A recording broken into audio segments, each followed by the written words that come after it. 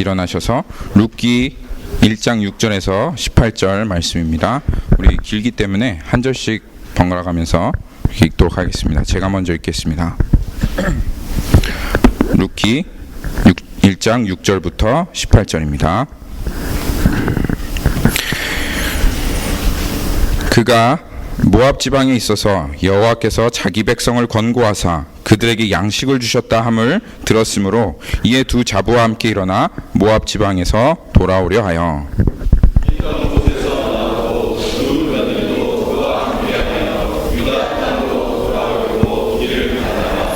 나오미가 두 자부에게 이르되 너희는 각각 어미의 집으로 돌아가라. 너희가 죽은 자와 나를 선대한 것과 같이 여호와께서 너희를 선대하시기를 원하며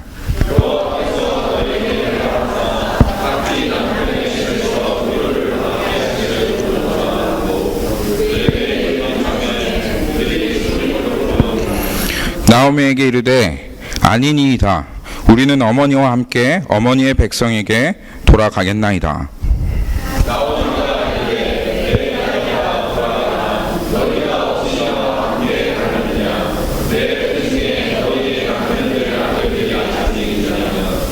내 딸들아 돌이켜 너희 길로 가라. 나는 늙었으니 남편을 두지 못할지라.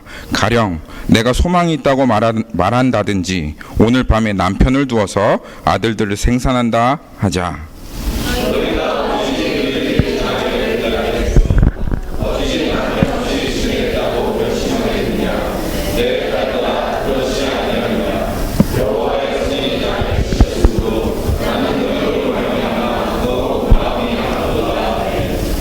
그들이 소리를 높여 다시 울더니 오르바는 그 시모에게 입을 맞추되 룻은 그를 붙잡더라.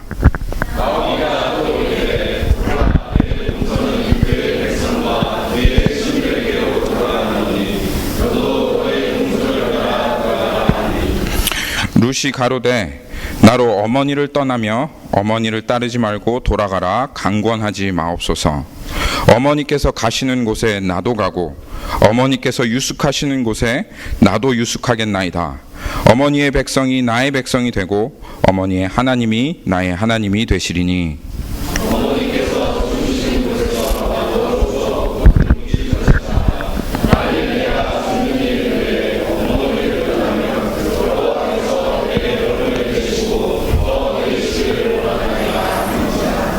나오미가 룻이 자기와 함께 가기로 굳게 결심함을 보고 그에게 말하기를 그치니라. 아멘. 다 같이 앉으시겠습니다.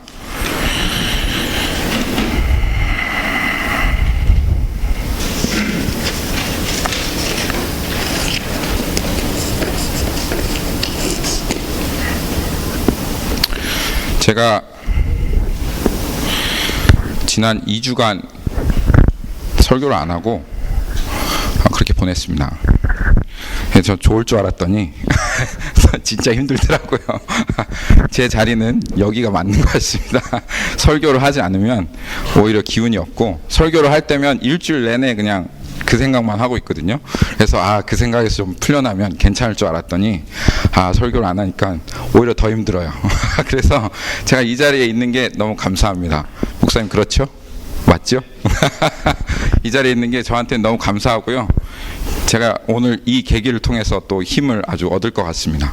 여러분들도 지금 앉아 계신 자리가 여러분들의 자리입니다. 예배를 안 드리면 힘이 날 것 같고 이 시간에 조금 놀고 쉬면 좋을 것 같지만 사실 여러분들이 이 자리에 있는 것이 여러분들의 힘이고 또 여러분의 능력임을 하나님께 고백하고요. 하나님께 정말 감사합니다.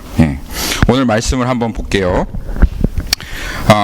오늘 말씀을 보면 이 룻하고 나오미의 그 이야기가 나와 있어요. 한번 이 말씀을 그냥 쭉 읽어보시면 별 이야기가 아닌 것 같아요. 한번 보시면 그냥 한마디로 줄거리를 요약해 보자면 과부 셋이 있는데 이제 그 과부가 모압 땅을 떠나서 이제 베들레헴으로 돌아오려고 하는 그런 이야기입니다. 그런데 이제 시어머니가 말리는 바람에 그 과부 중에 이제 그러니까 시어머니 과부가 있고 두 며느리 과부가 있는데 운명도 기구하죠. 과부가 셋이니까.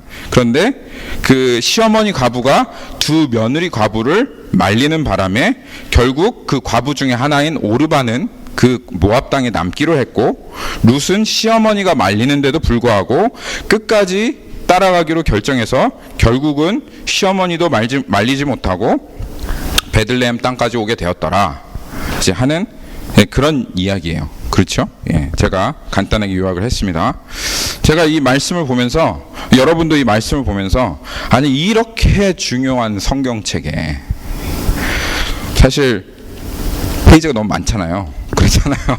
이런 얘기까지 시시콜콜 하나님께서 써 놓으셔야 하느냐 하는 생각도 어떻게 보면 들을 수 있어요.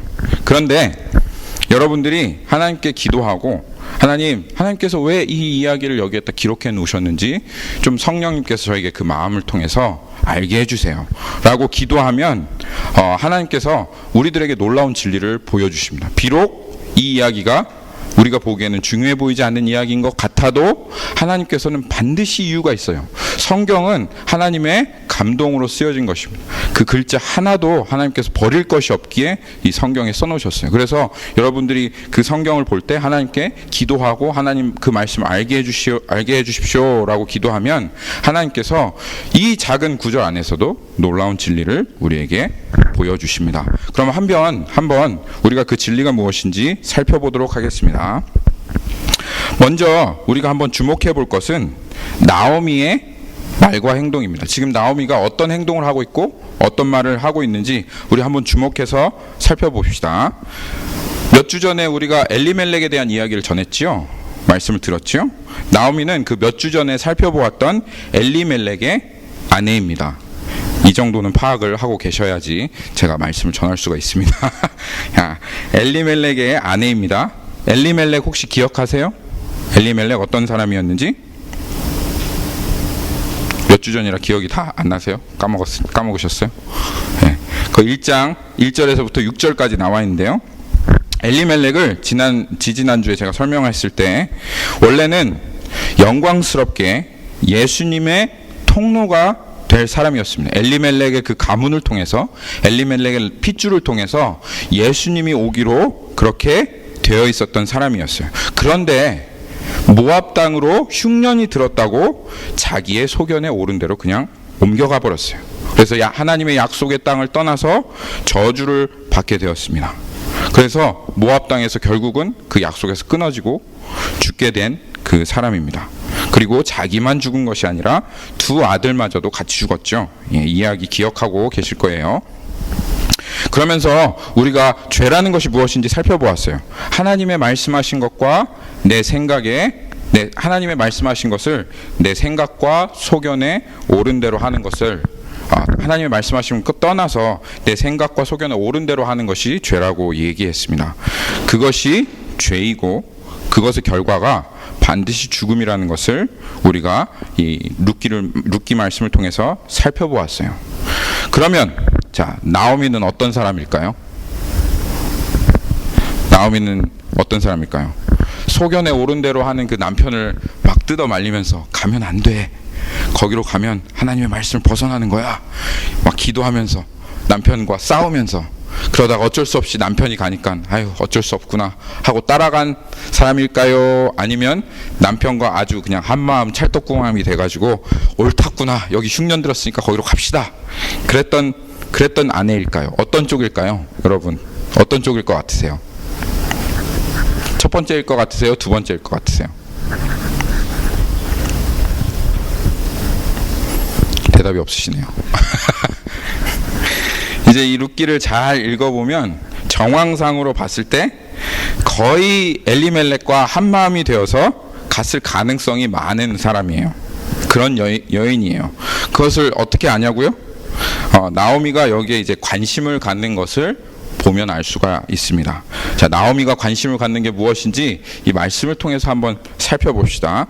지금 이제 모압 땅으로, 이제 베들레헴 땅으로 가는데 이 시어머니랑 이 며느리가 밀고 당기기를 합니다. 갈 거냐 말 거냐, 너는 가지 말고 여기 있어라, 나는 갈 테니까 하는 가운데 나오미 마음 가운데 있는 그 나오미의 관심이 무엇인지가 드러나는 거예요. 말씀을 한번 잘 볼까요? 우리 한번 10절에서 13절 말씀 한번 읽어봅시다. 9절부터 읽어봅시다. 제가 한번 읽어볼게요. 여기에서 오늘 지금 이제 말씀을 읽을 때 관심이 어디에 있는지를 한번 이제 살펴보면서 한번 읽어보면 좋겠어요.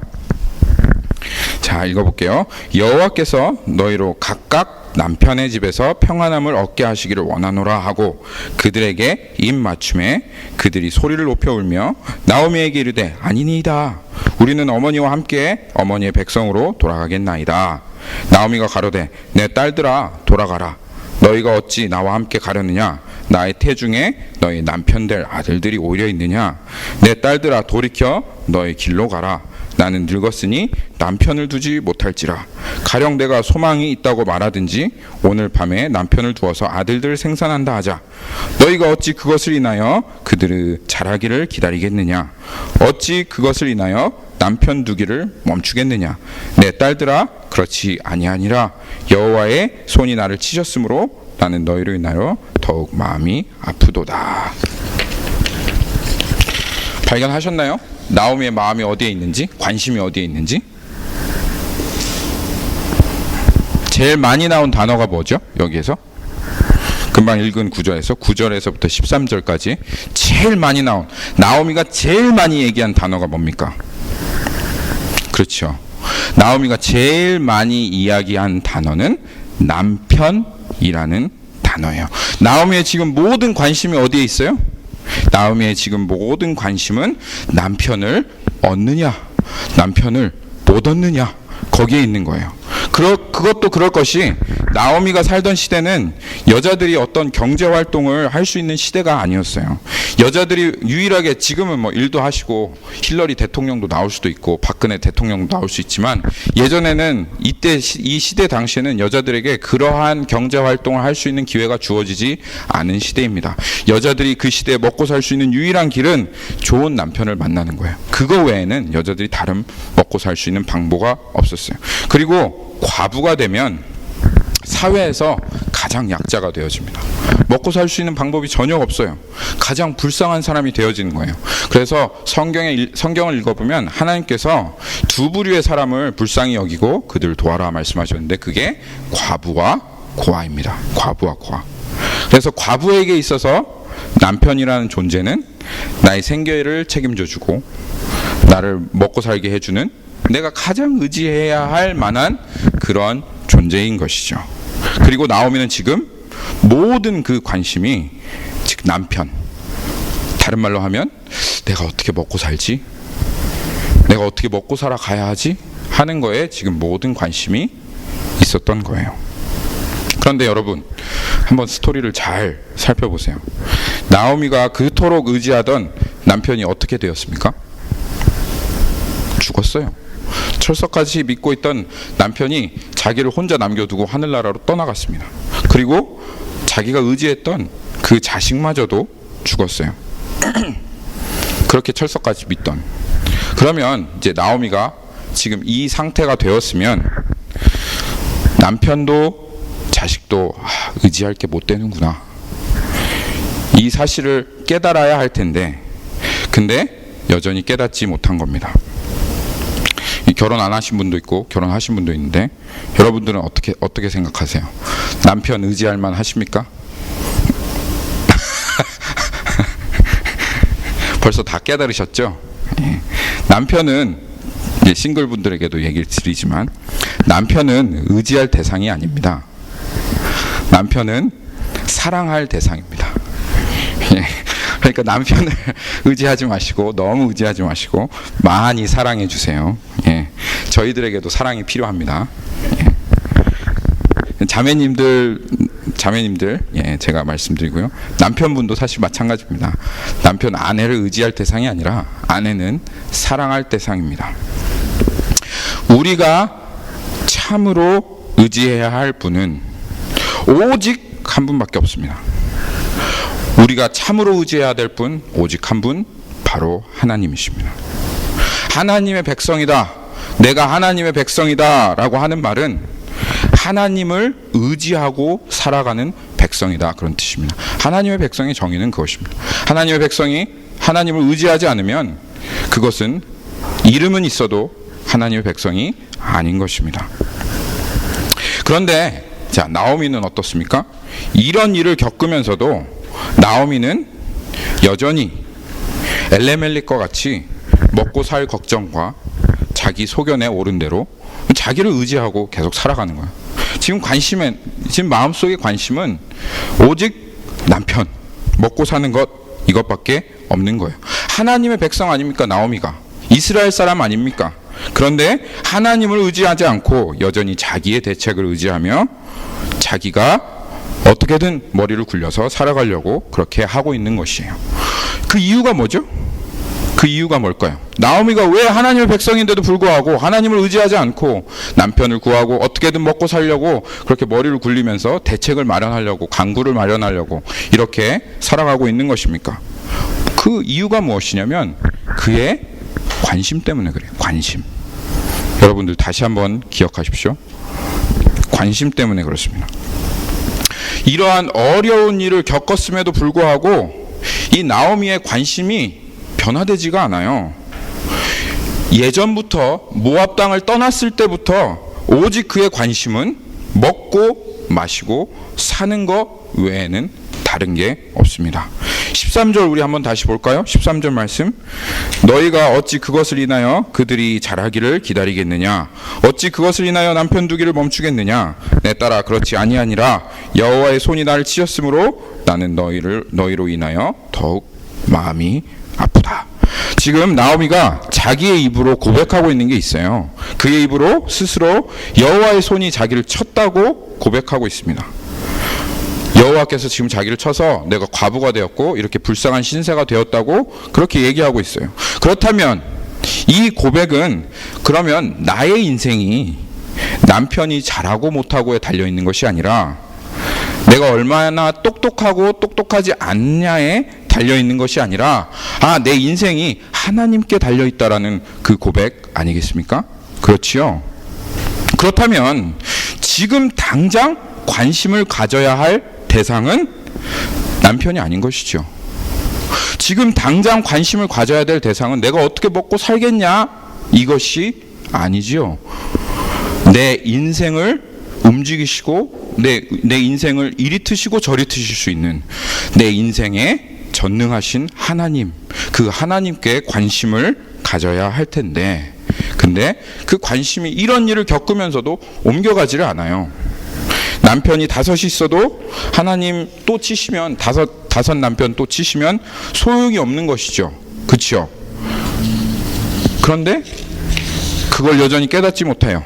그래서 이런 거에 전혀 관심이 없습니다. 하나님 치셨다고 고백하시면 하나님이 왜 치셨는지 그리고 내 처지가 이렇게 왜 되었는지 이 상황을 통해서 하나님께서 나에게 보여주시는 뜻이 무엇인지 하나님은 지금 어떤 마음을 가지고 계신지 그런 거에 관심을 갖고 하나님께 왜 이렇게 되었습니까? 라고 구해야 할 텐데 그 입술로 그렇게 고백했다면 그런데 나오미의 관심은 여전히 오직 남편 먹고 사는 것 뿐이에요. 이것이 나오미가 이렇게 될 수밖에 없었던 계속 남편을 구할 수밖에 없었던 그 이유가 되는 것입니다. 여러분, 사람은요, 인간은 내면적인 존재예요. 무슨 말이냐면 몸이 옆에 있어도요, 귀가 열려 있고 눈으로 보아도 내 마음의 눈, 관심이 그거잖아요. 관심, 볼 관자의 마음 심자잖아요. 내 마음의 눈이 그 관심이 향해 있지 않으면 같이 붙어 있고 매일 사는 남편이라도 아내라도요, 그 남편이 어떠한 고민을 하는지 그 아내가 어떠한 고통을 겪고 있는지 알 수가 없어요. 맞죠? 맞아요. 근데 여러분, 보이는 사람에게도 관심이 없으면 그 사람이 무슨 생각을 하고 있는지, 무슨 고통을 겪고 있는지, 어떤 고민을 하고 있는지를 모르는데, 근데 하나님은 보이지 않으시잖아요. 그런데 그 보이지 않으시는 그 하나님께 관심이 없다면, 내 마음의 눈을 향하고 있지 않는다면 도대체 하나님의 마음을 어떻게 알 수가 있겠습니까? 그런데 우리가 하나님을 알지 못하는 이유는 다른 게 아닙니다. 하나님이 어떠한 마음을 가지고 있는지, 어떠한 생각을 하고 계신지, 어떠한 뜻을 품고 계신지 관심이 없어서 그래요. 우리가 하나님을 모르는 이유가 하나님이 나한테 말씀하지 않으셔서 그런다, 하나님이 나에게 나타나시지 않으셔서 그런다 라고 생각할 수 있습니다. 그런데 사도행전 17장 26절 27절을 한번 보십시오. 사도행전 한번 볼까요? 사도행전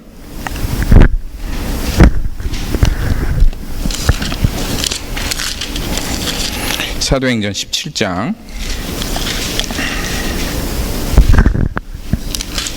26절에서부터 27절 말씀입니다.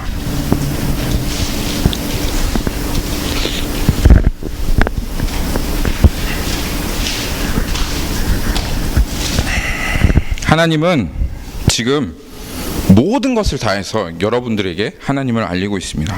한번 사도행전 17장 26절에서 27절 한번 읽어보겠습니다. 인류의 모든 족속을 한 혈통으로 만드사 온 땅에 거하게 하시고 저희의 연대를 정하시며 거주의 경계를 하나셨으니 이는 사람으로 하나님을 혹 더듬어 찾아 발견하게 하려 하심이로되 그는 우리 각 사람에게 멀리 떠나 계시지 아니하시도다.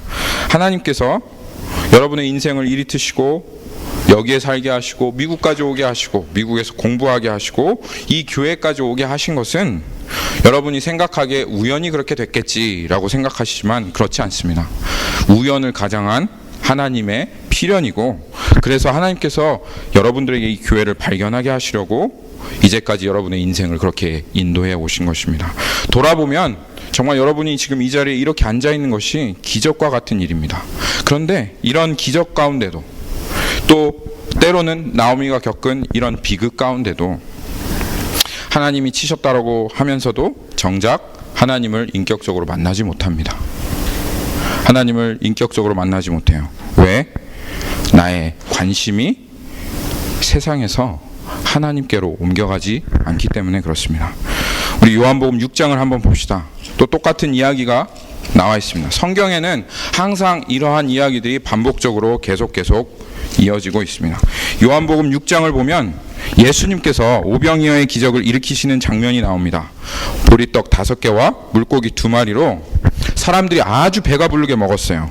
그래서 12절을 보면 저희가 배부른 후에 예수께서 제자들에게 이르시되 남은 조각을 거두고 버리는 것이 없게 하라 하심으로 이에 거두니 보리떡 5개로 먹고 남은 조각이 12바구니에 찼더라.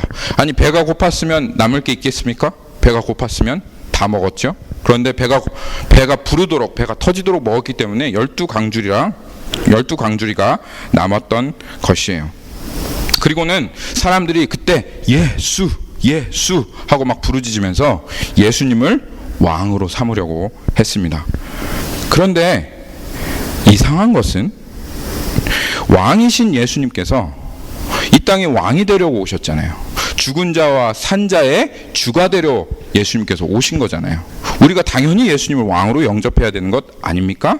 그런데 이상하게 제자들을 다 떠나보내시는 거예요, 예수님께서. 그리고 예수님께서 그 예수 왕 삼으려고 하는 그 사람들 사이에서 피하셔서 도망가셔서 멀리 계신 겁니다. 왜 그러셨을까요? 왜 그러셨냐면 그 이유가 6장 26절에 잘 나와 있습니다. 6장 26절입니다. 예수께서 대답하여 가라사대 내가 진실로 너에게 이르노니 너희가 나를 찾는 것은 표적을 본 까닭이 아니요 떡을 먹고 배부른 까닭이라. 예수님께서 하신 말씀이 무엇입니까? 너희가 관심을 갖는 것은 내가 아니다. 내가 주는 떡에 너희들은 관심이 있다. 너희들은 이 표적을 보고 나를 찾은 것이 아니다. 너희가 찾은 것은 그냥 먹고 배부른 것을 찾은 것이다. 그래서 이 요한복음 6장에 있는 많은 사람들은 너무나도 안타까운 사람들입니다. 생명의 주이신 예수님을 만났습니다. 그 시대 태어나기도 얼마나 힘들어요. 그렇죠? 이스라엘 백성이 정말 몇천 년 동안을 예수님 오시기를 기다렸어요. 그 시기에 태어나기도 힘든데, 그리고 그 시기에 태어났어도 예수님을 만나는 것도 정말 어려운 일이에요. 그런데 그 시기에 어떻게 딱 태어나가지고 그것도 예수님이 이렇게 돌아다니시는데 그 예수님을 만났습니다. 예수님을 그냥 스쳐 지나가서 만난 것뿐만 아니라 아주 오병이어의 기적을 경험했어요. 그런데 이들의 관심은 너무나도 안타깝게 생명의 주를 만난 이들의 관심은 오직 먹고 사는 것에만 있었어요. 그래서 이 엄청난 오병이어의 기적을 경험하면서도 정작 자기 눈앞에 있는 예수님은 만나지를 못했어요. 그러면 이 오병이어의 기적을 경험한 게 무슨 소용이 있습니까? 기적을 경험한 게 이들에게는 아무런 소용이 없는 것입니다. 그래서 결국 이 요한복음 6장의 내용이 어떻게 전개되어 가지요? 예수님께서 계속 말씀하세요. 야, 너희들이 그토록 관심을 갖고 찾았던 건 떡이 아니야, 나야, 생명의 양식이야. 너희 조상들은 광야에서 그토록 찾던 떡을 먹고 했어도 다 죽었지만 나에게는 참된 양식이 있다. 나의 살과 피를 먹는 자는 영원히 사는 영생을 얻으리라 하고 예수님께서 그 관심이 떡에만 있는 사람들에게 내가 떡이다, 내가 떡이다 하고 부르짖으셨어요. 그런데 그들의 관심이 예수님이 떡이야? 하고 옮겨갔습니까? 아니요, 그렇지 않았어요. 너무 비극적인 일은 예수님의 이 부르짐을 듣고서도 그들은 여전히 눈앞에 있는 예수님을 결국 만났습니까? 그걸 예수님 만났다고 말하지 않아요. 신앙 안에서, 성경 안에서, 믿음에서 그걸 예수님 만났다고 하지 않습니다. 결국 예수님을 만나지 못하고 그들이 다 떠나가게 되었어요.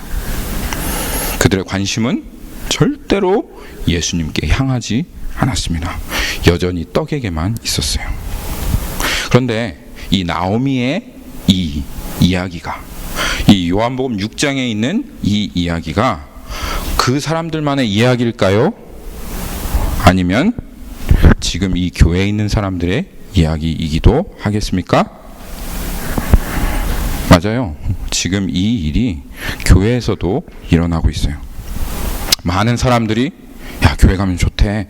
야, 찬양도 있고 감동도 있대. 평안과 위로를 얻는데, 그래서 예배당까지 옵니다. 그리고 사람들도 만나요.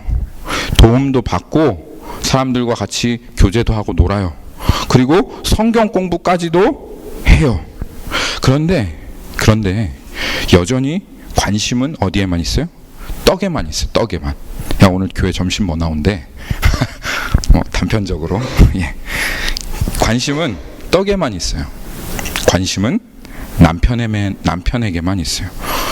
여전히 내 문제 해결하고 소원 성취하고 먹고 사는 것에만 있어서 교회까지 와서 성경 공부하고 말씀을 듣고 예배까지 드리며 찬양까지 하는데도 정작 살아계신 생명의 주님은 만나지 못하는 사람들이요, 많습니다. 많아요. 그러면 그런 사람들을 조금 뒤로 하고 우리가 우리 자신에게 한번 물어봐야 될 것입니다. 여러분, 아이들아, 너희들의 관심은 어디에 있니? 지금 너희들의 마음의 눈이 항상 향하고 있는 곳은 어디니? 여러분, 청년들, 여러분이 늘 항상 생각하고 여러분의 마음이 향하고 있는 곳이 어디입니까? 남자들입니까? 여자들입니까? 우리들의 마음이 향하는 곳이 어디입니까? 먹고 사는 것입니까? 직장입니까? 아니면 하나님을 믿는다 할지라도 심지어 물질을 주시는 그 하나님의 손에 우리의 관심이 있습니까? 아니면 여러분의 관심이 참으로 하나님의 마음에 향하고 있습니까? 우리가 이것을 한번 살펴보아야 하겠습니다. 다시 룻기로 돌아가십시다. 룻기로 한번 생각해 보세요. 내가 항상 관심을 갖고 내 마음이 향하는 곳이 어딘지. 자, 룻기로 다시 한번 돌아갈 텐데요. 14절, 15절 말씀 한번 봅시다. 14절, 15절. 나오미가 이제 그 오르바랑 그 룻에게 떠나가라라고 말씀을 이렇게 말했어요.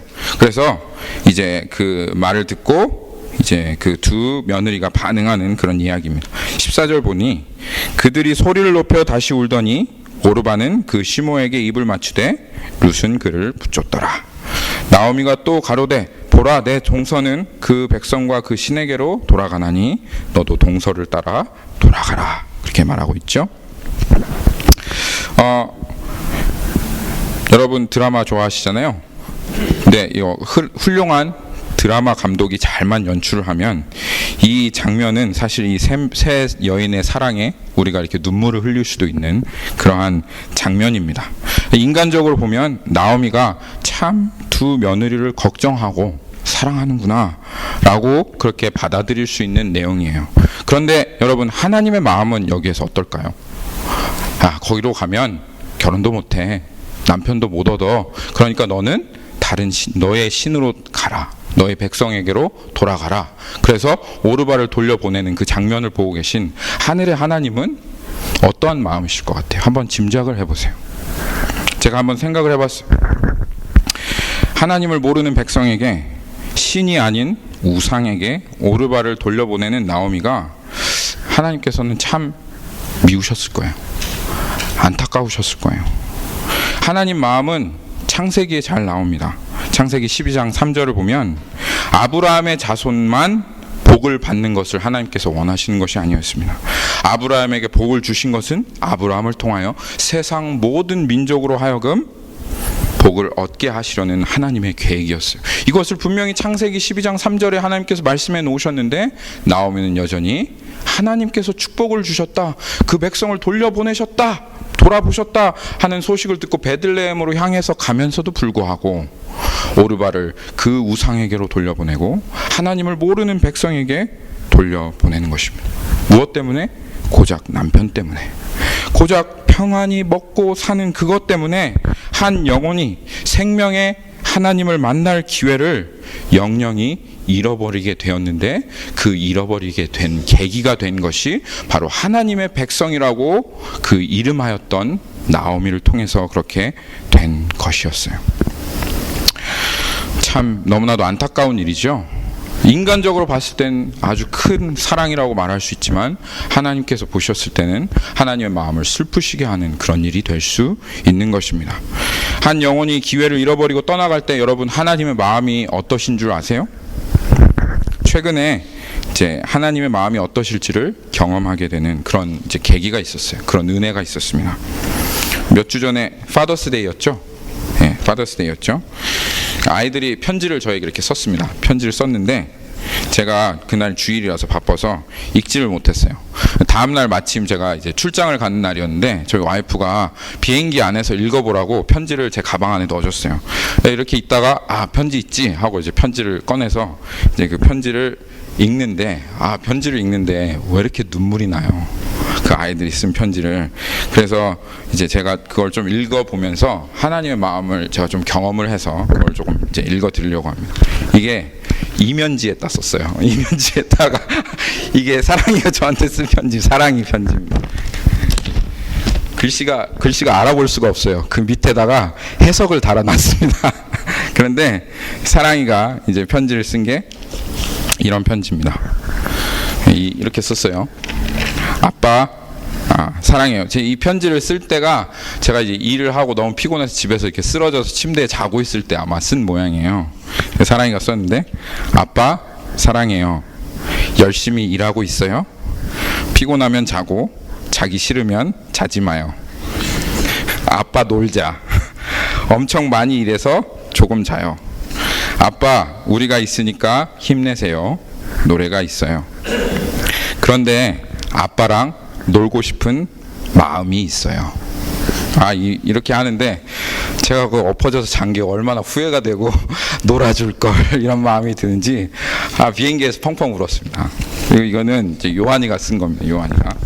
요한이는 그래도 좀 수준이 높죠. 이면지는 아니에요. 그래서 뭐 이 하트도 많이 붙이고 글씨도 썼는데 요한이가 쓴 걸 읽어드릴게요. 아빠 고마워요. 아빠를 내가 사랑하고 내가 아빠랑 영영이 떨어지지 않고 살고 싶어요.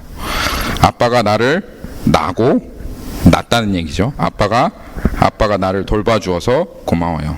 아빠, 나는 아빠 없이 살 수 없고 또 아빠가 죽을 때까지 같이 살래요. 아빠의 사랑하는 요한이가. 예. 제가 비행기 안에서 이 편지를 읽고 하나님께 너무 감사하고, 아이들을 주신 하나님께 너무 감사하고, 또 아이들을 너무 사랑해서 이제 하나님께 감사하며 아이들을 축복하며 기도하는데, 근데 그 기도 가운데 하나님 아버지의 마음이 저에게 막 이렇게 쏟아지는 거예요. 그러면서 제가 이제 하나님께 기도를 드리는 내용을 이제 좀 적었습니다. 그걸 제가 좀 읽어 드릴게요. 하나님 아버지, 저는 참 불완전하고 이기적인 그런 아빠입니다. 너무나 사랑이 부족한 저도 아이들을 바라볼 때 제 마음 가운데서 도저히 견딜 수 없는 사랑이 쏟아져 나옵니다. 그리고 그 사랑이 종종 그 아이들을 향한 눈물이 될 때가 많습니다. 그런데 한없이 깊은 사랑으로 모든 선하심과 인자하심으로 우리를 아들이라 부르시는 아버지의 사랑은 얼마나 크고 깊습니까? 만약 이 아버지의 그 사랑이 나뿐만 아니라 모든 잃어버린 영혼들을 향하고 있다면 지금 주님의 마음은 표현할 방법이 없이 슬프실 것입니다. 제가 요한이 찬송이 경배 사랑이 중 하나를 잃는다면 저는 더 이상 살 수 없습니다. 만약 모두를 잃었다면 저는 살아도 산 사람이 아닙니다. 저는 죽은 사람입니다. 그런데 하나님 아버지는 모두를 잃어버리셨습니다. 창세 전부터 아셨고, 창조하시기 전부터 죽도록 사랑하셨고, 죽을 수만 있다면 죽기까지 사랑하셨던 하나님의 자녀들이 한 사람도 남지 않고 하나님께서는 모두 다 잃어버리셨습니다. 그리고 그 하나님의 사랑하는 자녀들이 아버지를 몰라봅니다. 아버지를 조롱합니다. 아버지를 미워하고 아버지를 싫어합니다.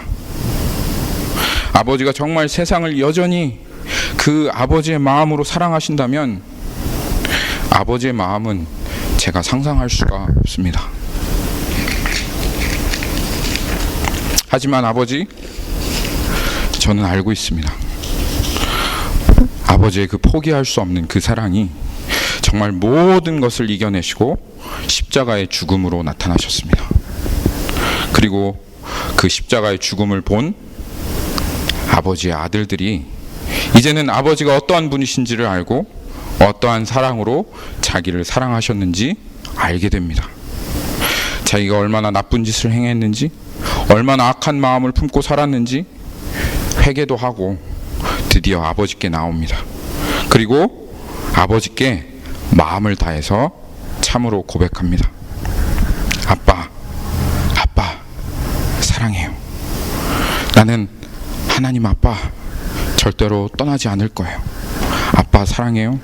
아빠랑 영원히 같이 살 거예요. 아빠 가는 곳에 나도 가고, 아빠 있는 곳에 아빠랑 있고, 하나님 아빠만 있으면 저는 충분해요. 이 고백을 들은 하나님 아버지의 마음은 어떠하실까요? 이 고백을 하는 아들도 울고, 그 고백을 그토록 기다리셨던 아버지도 분명히 하늘에서 울고 계시리라 믿습니다. 여러분, 하나님의 마음을 알지 못하고 오르바를 이방 신에게로 돌려보내는 나오미를 참으로 부끄럽게 하였던 그 고백이 오늘 말씀에 나오는 룻의 고백이에요. 거기 룻의 고백 한번 볼까요? 룻의 고백.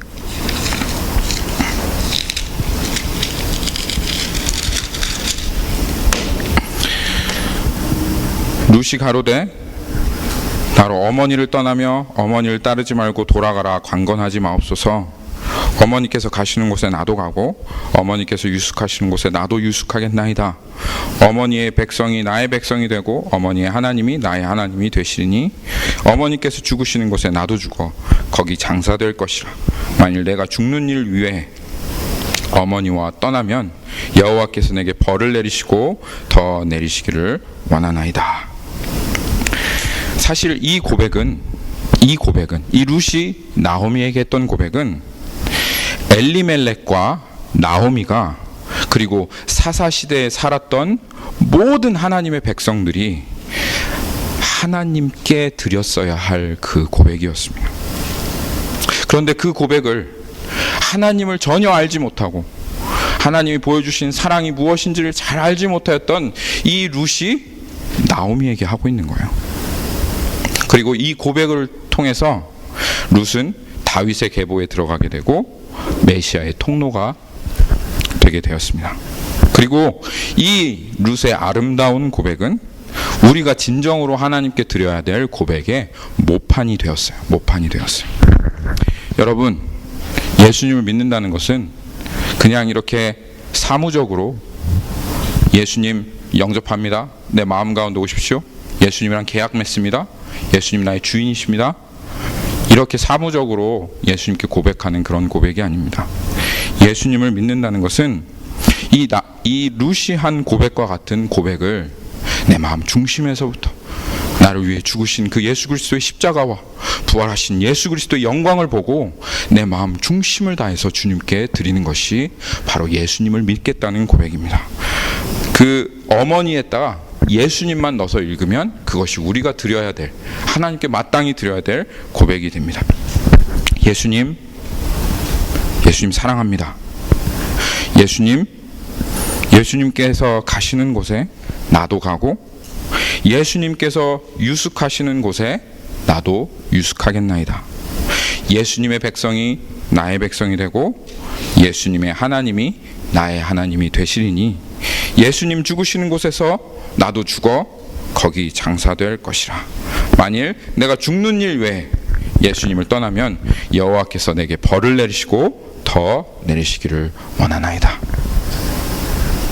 여러분들이 하나님께 이렇게 고백할 때 하나님께서 하늘에서 정말 기뻐하십니다. 아, 내 아들아, 내 딸아, 내가 그토록 찾았던 내 잃어버린 아들과 딸을 찾았구나. 그리고 여러분들에게 하나님께서 내 잃어버린 아들과 딸들이 이 세상에 너무 많다. 가서 그 아들과 딸에게 하나님께 돌아올 수 있는 길이 열렸다고 전해라 라고 하나님께서 말씀하십니다. 다시 한번 여러분에게 묻습니다.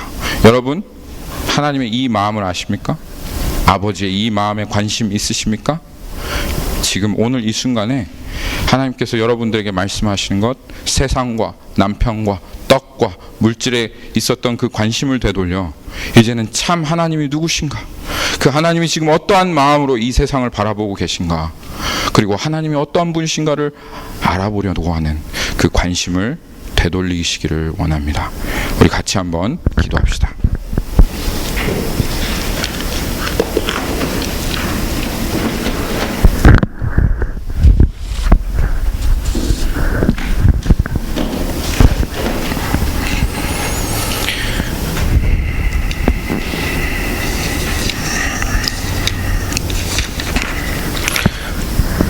하나님,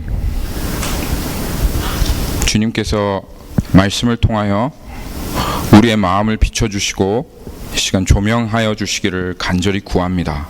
하나님, 정말 우리의 마음은 어디를 향해 있습니까?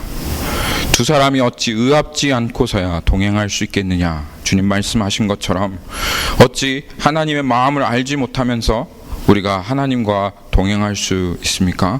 하나님, 성령님, 마음에 하나님의 깊은 것이라도 통찰하시는 그 성령님께서 우리의 마음 가운데 임하여 주십시오. 그래서 우리의 마음을 되돌려서 아들의 마음을 아버지로 향하게 하시고 또 아버지의 마음을 아들께로 향하게 하시는 그 놀라운 성령의 역사를 우리 이 교회 가운데 주님께서 부어주시기를 간절히 기도합니다. 그리고 우리가 하나님을 알고 주님과 한 마음이 되어서 주님 앞에 나아갈 수 있는 이 교회가 될 수 있도록 하나님 축복하여 주옵소서. 감사드리며 예수님의 이름으로 기도하였습니다. 아멘.